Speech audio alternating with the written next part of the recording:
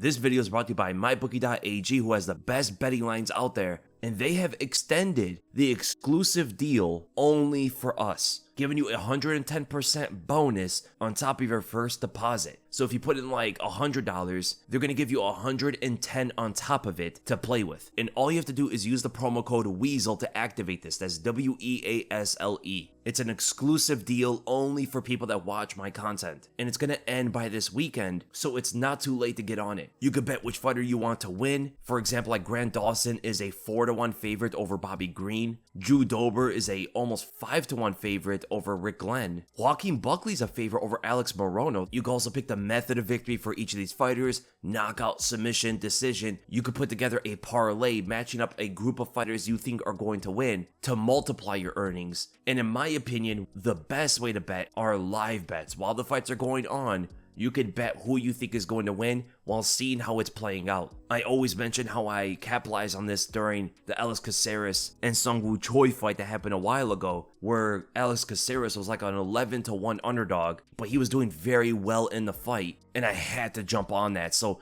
there are fights like that from the prelims all the way to the main event where the fight is playing out a certain way, and you could absolutely win big off of analyzing what's going on. You could really use your analysis skills with live bets. That's why I love it the most. So make sure to go to mybookie.ag and capitalize on this bonus, as it is only a limited time offer. So this UFC Fight Night card is not too bad. The main event makes it look like it's lackluster, right? Grant Dawson versus Bobby Green as a main event. I understand where it could turn off a lot of people. Grant Dawson is on the lower end of the top 15. Bobby Green still outside the top 15, but he's coming off a win over Tony Ferguson, right? He's a pretty big name that's not ranked yet. But if you look at the rest of the card, you do got some bangers on this, man. A lot of knockout artists like Abdul, Razak, Alhassan going up against Joe Pyfer. Joe Pyfer is a huge favorite going into that. Alex Morono versus Joaquin Buckley is a for sure knockout waiting to happen.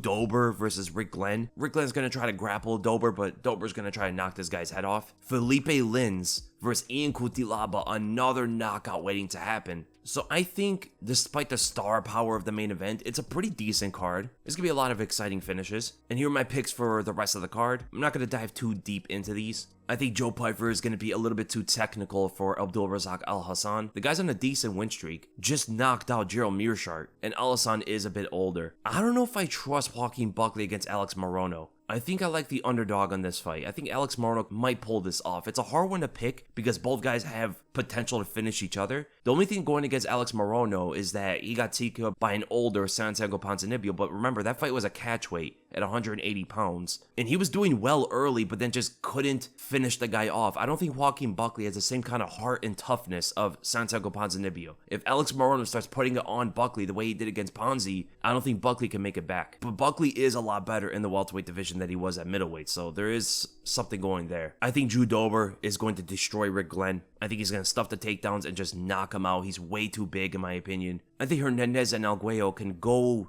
either way. Hernandez has the wrestling advantage, but Algeo can submit him. And that's ultimately what I'm going to go with. I think Bill is going to catch Hernandez in something. Philipe Linns versus Cutelaba is one of the better fights on the card, in my opinion. This one's going to be super exciting. I think Philipe Linns just looks so good right now, man. He is 38 years old, but skinny Linns is a different beast, man. He's much better now than he was in the heavyweight division, and he is much bigger than Cutelaba as well. I think ultimately Cutelaba is going to expose himself for a big shot from Philipe, but that fight could go either way. It's a really good one. Karolina versus Belbita. I want to pick Belbita, but man, I think Karolina's going to win. I think she's just too crafty at the end of the day. Belbita has a pretty decent striking game at this level. She's tall and long for the division, but I think Karolina's going to be able to tough her way through and win a decision. How do they have her listed as, I see some places 5'2" and then 5'3". Karolina's absolutely like 5'5", 5'6". What happened here? She was like the same height as Joanna, if I remember. And Joanna was absolutely 5'6".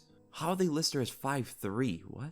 What is going on here? Nate Maness versus Mateus Mendonca. I would say it's one of the most technical fights on the whole card. Maness is a boxer, decent leg kicks here and there, but he excels with his hands and ability to evade punches. I think Mateus may have the power advantage. Even though he's not as clean of a boxer as Maness is, Mateus will open himself up when he throws those looping hooks, and he's a bit too risky with what he throws out there, so I can see Maness catching him some good straights, countering some of that aggression as well, but I think ultimately the wrestling may be the difference of the fight. that could do him in. I think ultimately he's a little bit too well-rounded. He could take the fight to the ground, and I think he can submit him.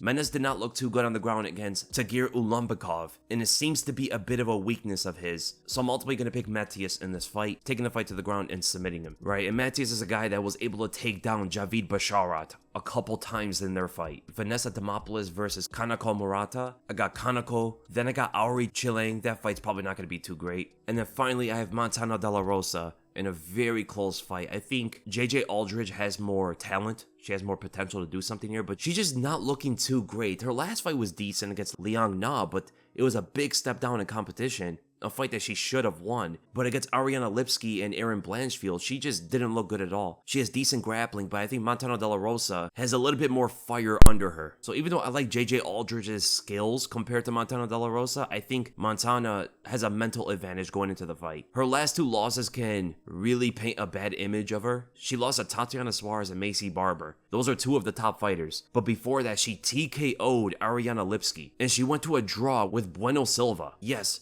the same fighter that just submitted Holly Holm. So Montana De La Rosa's record and her losing streak can tell you a different thing than what's actually happening here. So I think Montana De La Rosa should win this fight. So I think the prospect of the night, I think it's Body Bags, the American Joe Pyfer. At 27 years old, he's 11-2, standing at 6'2", 75-inch reach. He is very big for this division. If you looked at him fighting Gerald Mearshart, Mearshart's a pretty big guy, right? He was much bigger than Mearshart, and he has dynamic striking, pinpoint accurate with what he throws. No wasted movements. He has a very good right straight, a clubbing left hook that he even dropped Gerald with. And if you look at that ground and pound before he finished him off, he wasn't going reckless, right? He wasn't just throwing for no reason and a bunch of the punches hitting the guard. No, he was looking exactly where he wanted to throw. There were pauses between every punch. Joe Pyfer likes to make everything he throws purposeful. There is no fighter of the night. It's probably one of the two in the main event. The steak of the night, the fighter that's in hot waters, I would say it's Montana De La Rosa. She's coming off a 2-loss streak, the only fighter on the whole fight card that's on a loss streak, and in her last 5 fights, she's 1-3-1, so she definitely needs a win. The banger of the night, the most explosive, entertaining fight on the card, I believe is Joe Pyfer versus Abdul Razak Alhassan. Someone is gonna get destroyed out there. The technical sniper Joe Pyfer, or the brute clubber that is Abdul Razak Alhassan. But there's other contenders for that as well. Alex Morono versus Joaquin Buckley, Philipe Linns versus Ian Cutelaba. There's quite a few fun bangers on this card. And then the fight of the night is the main event, obviously. Grant Dawson versus Bobby Green. Right now, the best fighters on the whole card as well.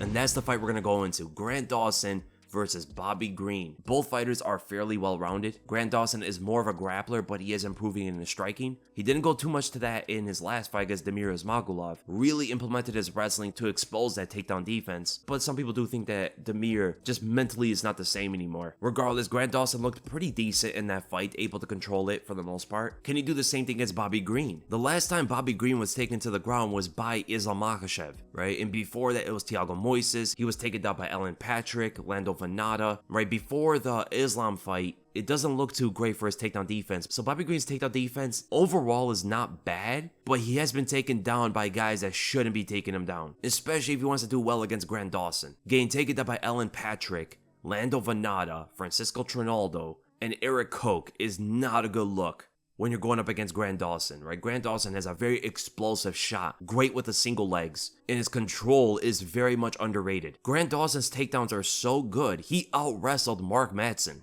Yeah, Mark Madsen, the Olympic Greco-Roman wrestler. He won silver in the 2016 Olympic Games. Grant Dawson out-wrestled and out-grappled that guy. Held him down for like almost 10 minutes of that fight. Grant Dawson's wrestling is absolutely no joke, and I think it's going to be the difference maker of this fight. Bobby Green has to find some submissions. He has to rely more on his ability to catch Grant Dawson in something, whether it be in the stand-up, punch him out before he gets taken down, or submit him on the way down with a guillotine. Go for triangles if he's on his back. He has to be opportunistic with his submissions because he's just going to get taken down. If he stops the takedowns, that is going to be such a big victory for Bobby Green. Grant Dawson has taken down every single fighter he's fought, all the way from the Contender Series, and then against Julian Erosa, Michael Trezano, Derek Minner, Ned Narimani, Leonardo Santos, Rick Glenn, Jared Gordon, Mark Madsen, Damir Ismagulov. He has taken down every single one of those fighters. In the stand-up though, Bobby Green should absolutely have the advantage here. Things can open up because of Grant Dawson's takedown threat. He could probably find some openings on Bobby Green with some of those overhands,